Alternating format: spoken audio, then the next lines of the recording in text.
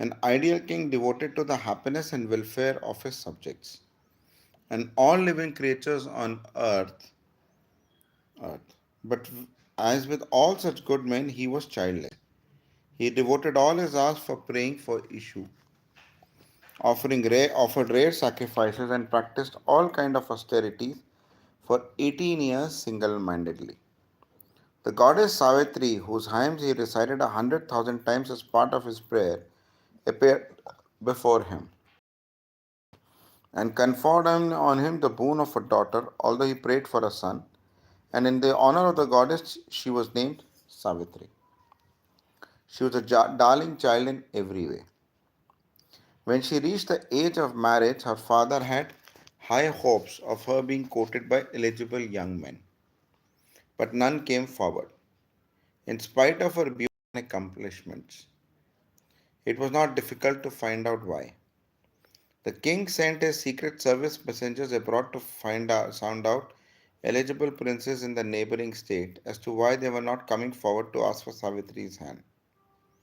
The messengers came back in due course to report they are afraid to ask for her hand. They think she is a goddess incarnate and cannot be asked to be a wife. The king felt both flattered and pained. By a strange twist of circumstances, the very perfections of the maiden were acting as a handicap. He asked, would it not have been useful to tell them that she is really human? Very well, we'll remedy it. He sent for his daughter, who was playing in a veena in her own chambers. He told her, my daughter, you will now go out into the new world and find yourself a husband. My only condition being that he must seem as good to you as you are to me. How can I ever measure myself or others, Father? When the time comes, you will understand. he, he selected one of his trusted ministers and a band of courtiers to escort her during her quest. He warned them, you will go where she goes and you will in no way attempt to influence her mind. She went far and wide and returned one day when the king was sitting in his court conversing with the sage Narad, who had stopped by on one of his interstellar journeys. When she came in, Narad said, where has she been? How is it that you have not thought of finding her a husband? The king explained, she has just returned from her quest. Let us hear what luck has been. The daughter at her father's invitation came forward and said, I found mine. She hesitated for half a minute before uttering the word husband. But then she overcame her shyness and said, I found the man who will be my husband, not in the palace but in a hermitage hidden away in the forest from prying pyres. It was my good fortune that led my steps there. His name is Satyavan. There he is tending his aged father who is blind. At this stage, all knowing Narad interposed. He is the son of King Salva. Through ill luck, the king has lost his eyesight when his son was born. An old enemy has been waiting to attack him most cruelly, who had been waiting to attack him most cruelly, chose this moment, and the king had to flee into the forest carrying his child. I know all about it, Savitri, am I right? Savitri felt happy when the sage added, your daughter has chosen a worthy husband. Satyavan is brilliant, strong, mighty, graceful, and generous, and is handsome like the twin Ashwanis. But permit me to speak frankly, my child, because I see the future as I see present and the past. His earthly existence will last only for 1 year more, until exactly 1 year from today. My child, go out again and choose another person for a husband. Tears came to Savitri's eyes. Her father trembled with apprehension. Savitri drew herself up resolutely before uttering these words. O great sage, forgive my disobedience. I will not think of anyone else as my husband. It matters little to me how long or how short is Satyavan's life. My mind is made up. To adore someone or marry someone is like an action of birth and death. It can happen only once in a lifetime and cannot be repeated or corrected at will. Satyavan alone will be my husband. Narad was pleased. It is spirit like hers that conquers death, he said. King, help her join her husband, it is your duty. Love her like love like hers mocks at death. After Narad left, Ashwapati started out in search of the forest where the blind king lived. He introduced himself and offered his daughter to his son. The blind king said life in a hermitage is strange, lonely, and hard, and unsuited to a delicate creature like Savitri. The king cut short his thought with, say no more. There is no alternative. She will marry Satyavan and no one else. And Satyavan will marry her and no one else. I have known it ever since she came here. So be it. Heavens bless their union. It turned out to be a happy marriage. Satyavan found Savitri attentive and courteous to his aged parents also, at all times observing the courtesy of restrained speech, cheerfulness, helpfulness, and all the other codes of good manners prescribed for an ideal daughter in law. Savitri performed these tasks not as a mere duty but with all her being, because she experienced supreme joy as both wife and daughter in law. However, through all the happy hours in the forest hermitage, Savitri was secretly gnawed by the thought that each moment was taking Satyavan nearer his last one. When just 4 days were left of Satyavan's tenure on earth, Savitri undertook a severe penance and continuously fasted for 3 days and nights. Her father in law, puzzled by the severity of her prayer, said, Savitri, you are a princess. How can you undertake such a severe penances? Let me not presume to advise you to give up your plan. Let me content by myself by saying, may your woe, whatever its nature be, fulfilled. She was fatigued by the fast, but she looked unperturbed, unmoved, and firm like a block of wood. On the fourth day, the faithful day, she counted the hours.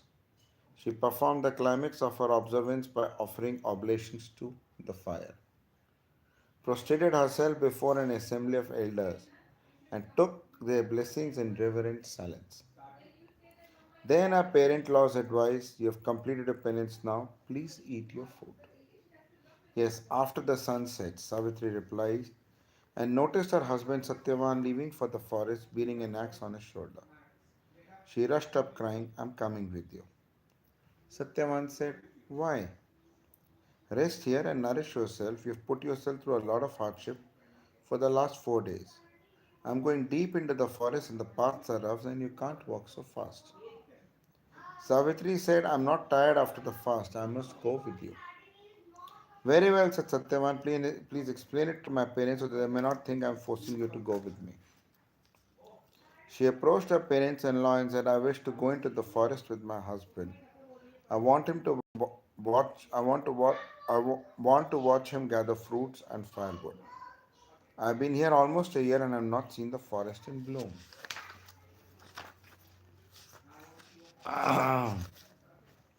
अब क्या हुआ? Her father-in-law said Savitri has never made any request. Let her enjoy herself. Savitri walked through the forest, grasping her husband's hand as he explained the finer points of forest life to her.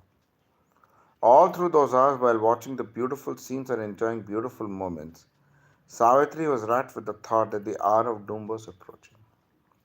She helped Satyavan gather fruits, and then he went off to cut wood. Resting, she watched him without batting an eyelid as he wielded his axe and the forest resounded with steel hitting the wood. Suddenly he dropped the axe and came to her muttering, I'm not feeling well. My head throbs. Perhaps I've exerted myself too much. She sprang to her feet, took him in her arms, and gently helped him lie down on the grass, resting his head on the lap. Gradually he seemed to fall asleep. Hardly had he ceased to serve when she sensed a strange presence hovering close by. She concentrated all her powers of observation and spied on the formidable figure of a man with red eyes, blood red robes, holding a noose in his hand. He stood over Satyavan and stared at his recumbent figure. On seeing him, Savitri gently laid down Satyavan's head and rose to her feet. Saluting his presence, said, "You're not an ordinary being. You must be divine. Tell me who you are and why you're here." "You're a rare person, Savitri. Your austerities have made you extraordinarily sensitive. I would normally not converse with any being, but I will talk to you. Good woman, I'm Death.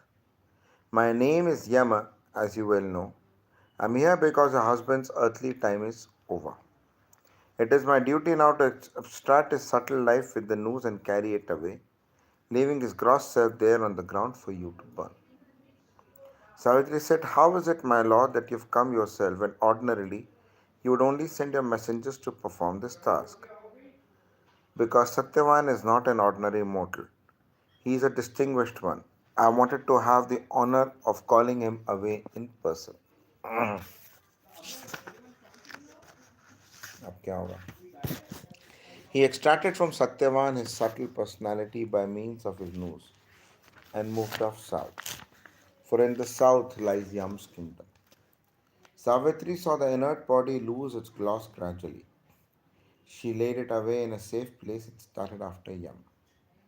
Yam noticed her determination and stopped to say, "Don't follow me into my rear. Perform the obsequies for your husband's welfare in other world and dispose of his physical body in the proper manner. I cannot go where my husband is not. No other path is open to me." Am I sun rahi ho? Savitri said, persistently following him. "We have been taught that a good married life with discipline and self control is the highest form of existence. I have no other life, nor any intention of following a life of renunciation or asceticism. Married life is the highest goal attainable by me, as taught to me by my elders, and so I have nowhere to go except where my husband goes. You cannot follow your husband any further, but I am pleased with your outlook. Ask for a boon and I shall grant it. Ask for anything except the life of this person." Savitri promptly said, "Please restore the sight to my father in law." "It is granted. Tomorrow, when he wakes up, he will see the light. Now turn back and go before you get very tired." "I cannot feel any tiredness where my husband is," she said. "In good company, one attains salvation, and therefore should one always stay where good people are found." Yam was pleased with this sentiment also and said, "Ask for a second boon, my dear girl. Anything except the life of Satyavan." अम्मा सुनो ना मजेदार है थोड़ी सी. "Anything except the life of Satyavan. Please restore to my father-in-law his kingdom which he lost years ago." "I gladly grant it. Now go back before you feel fatigued." "I've often speculated on what is a good life. To my way of thinking, it seems to consist the eradication of malice in thought, word and deed, and in positive, active benevolence, and in giving without acquisitiveness. Correct me, Oyame, if I'm wrong. I want to learn the verities from you. Good men make no distinction between friends and enemies while exercising mercy or kindness." Yama was again pleased. दो page की बची है with the words and said, "Your words and sentiments have again moved me. Ask for another boon except the life of the husband of yours." Savitri said, "It has long been a secret sorrow for my father that no son was born to him. Please grant him the birth of 100 sons." "He shall have 100 sons," said Yama. "Now go back, you have come a long way." Ignoring the advice, Savitri still followed him, explaining, "While I follow my husband, there can be no such thing as distance or fatigue. All right, if you insist, I will stay behind, but will raise my voice so that you may hear my words as you go. You are the son of sun god, and the wise call you appropriately Vivasvat. The subjects of your kingdom enjoy absolute unblemished justice, and that is the reason why you are called the king of Dharma. In the company of good people, one enjoys a sense of confidence and security. which is not experienced even in one's own company. Therefore, anyone naturally prefers to remain in the company of the good. Yam was naturally moved by the speech of hers. I am one dreaded, and no one speaks such words as you have spoken. I am moved by your words. You may ask for a fourth boon except the life of this man. Then grant that 100 sons be born to me. Gently, lady, you will have 100 sons, valiant and strong to make you happy. Now you must turn back, you have come too far. The company of good people is never fruitless, began Savitri, and expounded the worth of the company of the good, and went on to explain rather intricately. The sun in its orbit moved, and the earth sustained life as a result of the goodness of good people. Yam was again impressed with this philosophy. When you speak, my steps lag in order that I may listen to you and get full import of your words. I revere you, O lady, for your understanding of righteousness. Ask me of a unique boon or chaste one. My chastity is unassailable. If your granting of the boon of 100 sons is to be fulfilled, you have to give me back my husband. You cannot take away my husband and leave me with the boon of 100 sons. Yes, I recognize that, said Yam, and loosened the noose that held the life of Satyavan in his hands. He blessed Savitri and her husband with longevity and went forward alone, for the first time in his career yielding back a life. Savitri hastened back to the spot where Satyavan's body was being laid. She lifted him gently into her lap and revived him. He opened his eyes, murmuring, I've slept too long. How patient have you been? Why did you not wake me? I felt someone else was nearby. Or was it a dream? I was going somewhere. Tell me, I've been here all along.